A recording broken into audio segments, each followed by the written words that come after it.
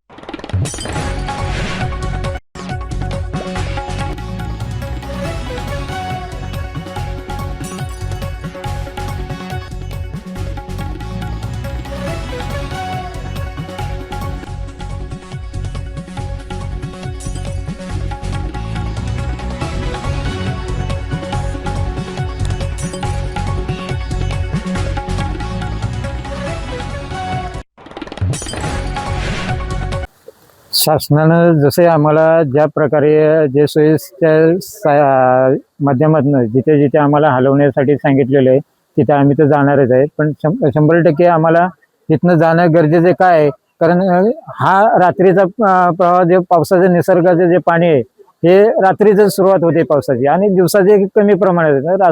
रात्रीच्या वेळे लोक झोपेमध्ये कुठला प्रकार घडेल किंवा काय होईल, मग ह्याच्यासाठी आम्ही एक शासनाने जे आम्हाला सांगितले त्या शासनाच्या नियमाप्रमाणे आम्ही दुसरीकडे स्थलांतर होण्यास तयार आहे। काय सांगाल आताची काय परिस्थिती आहे गावाची? नमस्कार साहेब, कालच्यापासून आमच्याकडे भयंकर पाऊस आहे। आणखीन आमचं गाव डोंगर भागामध्ये असल्यामुळे आमच्या गावाच्या डाव्या साईडला एक स्लायडिंग वरचा डोंगर आहे, तो घसरून खाली आला आहे आणि बरेचशा भेगांना 7-8 घरांना भेगा पडल्यात, बऱ्याचशा रस्त्यांना भेगा पडल्यात आणि इतरांना खूप अवघड झालंय। तरी दिवसभर इथे शासनाची लोक होते, आम्ही सकाळी शासनाला सांगितलं त्याप्रमाणे जसं घडलं होतं ते कळवलं त्या अनेक शासनाने पटकन सगळे अधिकारी वगैरे इथे आले होते आणि त्यांनी सगळ्या गोष्टीची पाहणी केली आणि आम्हाला इथून आता पाऊस 2-3 दिवस तरी पण इथून स्थलांतरित करण्यासाठी त्यांनी सूचना दिलेल्या आहेत आणि त्यांच्या सूचनेचा मान ठेवून आम्ही आजूबाजूच्या गावांमध्ये स्थलांतरित होतोय। आमची जनावरं वगैरे आहेत, जनावरं थोडं घेऊन जाणं खूप अवघड झालं होतं, पण आता काय पर्याय नाहीये। जनावरं इथंच आम्ही सोडून घरामध्ये सोडून जिथे शासन सांगेल आम्हाला आजूबाजूच्या गावांमध्ये कुठे सोय करून देईल तिथे आम्ही जातोय। इथे सगळे अधिकारी आले होते, कलेक्टर साहेब स्वतः इथे आले होते जातीने, तसेच झेडपीचे उपाध्यक्ष भैयासाहेब इथे येऊन गेले, स्वतः पाणी करून गेले आणि त्यांच्या सूचनेप्रमाणे जसे ते सांगतील आता तसं आम्ही करणार आहोत। पुढे बघूया जसं शासन करेल ते आम्हाला मान्य असेल। आलवडी गावामध्ये आम्ही व्हिजिट केलेलं आहे। खरं तर डोंगराचा काही भाग खाली आलेला आहे, काय नेमकी आता परिस्थिती आहे? नमस्कार, सातारा तालुक्यामध्ये परळी खोऱ्यामध्ये डोंगर उतारावर आलवडी नावाचं गाव आहे। या आलवडी गावामध्ये सद्यस्थितीमध्ये 90-92 लोक राहत आहेत। सकाळपासून या ठिकाणी आपण स्थितीवर नजर ठेवून होतो।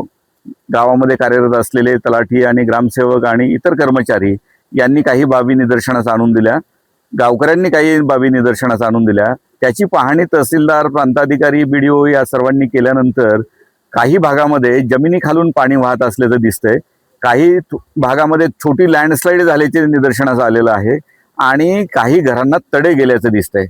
तर या सर्व पार्श्वभूमीवर मी आणि मुख्य कार्यकारी अधिकारी जिल्हा परिषद याश्नी नागराजन मॅडम आणि जिल्हा परिषदेचे उपाध्यक्ष राजू भैया भोसले आणि सर्व या भागातले जे अधिकारी आहेत यांनी प्रत्यक्ष जाऊन पाहणी केली। गावकरी आमच्या सोबत होते आणि आता सर्वानुमते असं ठरलेलं आहे की रात्रीच्या वेळेस जे घरांना तडे गेलेले आहे त्याच्यात वाढ होण्याची शक्यता आहे, कारण आज दिवसभरामध्ये त्यामध्ये वाढ झालेली आहे. पाऊस अद्यापपर्यंत थांबलेला नाही आणि त्यामुळे धोका रात्री वाढण्याची शक्यता लक्षात घेऊन या भागातील, या गावातील सर्व लोकांना वाचवण्यासाठी आणि जीविताचं रक्षण करण्यासाठी टेम्पररी शिफ्टिंग ज्याला म्हणतो आपण, तात्पुरतं स्थलांतर आपण पाटेघरमध्ये किंवा सज्जनगडच्या पायथ्याला जिथे आपल्याला 2 हॉल मिळत आहेत त्या ठिकाणी आपण करतोय आणि उद्या सकाळी परत येऊन पाहणी केली जाईल आणि प्रसंगानुसार वेगळे निर्णय घेतले जातील.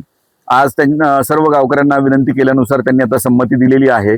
वाहनांची व्यवस्था केलेली आहे, त्या ठिकाणी गावकऱ्यांसाठी जेवणाची व्यवस्था करण्यात येईल आणि लाईट, पाणी, स्वच्छता या सर्वांची व्यवस्था केली जाईल.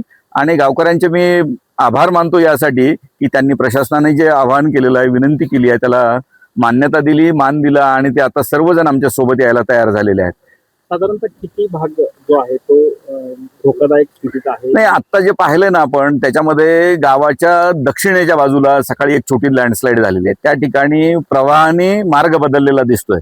आता सध्या पाणी त्या मूळ प्रवाहातनं चाललेलं आहे, परंतु त्याला लागूनच जी घरं आहेत तर 2 घरामध्ये तर किमान तडे गेल्याचं दिसतंय आणि त्याच्या बाजूच्या जमिनीवर पण तडे विस्तारताना दिसत आहेत. कॉन्क्रीट रोड आहे त्याच्यावरही तडे सकाळच्या पेक्षा जास्त वाढलेले दिसत आहेत. आणि आता आपण ज्या ठिकाणी उभे आहोत त्याच्या पाठीमागच्या बाजूला जो गावाचा सर्वात खालचा भाग आहे त्या ठिकाणी गावाच्या खालून पाणी येताना दिसतंय. मुळात आपण सर्वांनी हे लक्षात घेतलं पाहिजे की जमिनीच्या खालून जर पाणी व्हायला लागलं तर खडक आणि माती याच्यामधनं पाणी वाहत असताना जो जमिनीला खडकाचा आधार असतो तो निघून जातो आणि लँडस्लाईड घडून येते. म्हणून आता परिस्थिती लक्षात घेऊन आपण हा निर्णय घेतलेला आहे की आज गावामध्ये आपल्या तालुक्यातील, जिल्ह्यातील बातम्या सर्वप्रथम पाहण्यासाठी आजच सातारा न्यूजला YouTube चॅनलवर सबस्क्राईब करा, लाईक करा, शेअर करा आणि बेल आयकॉन प्रेस करायला विसरू नका.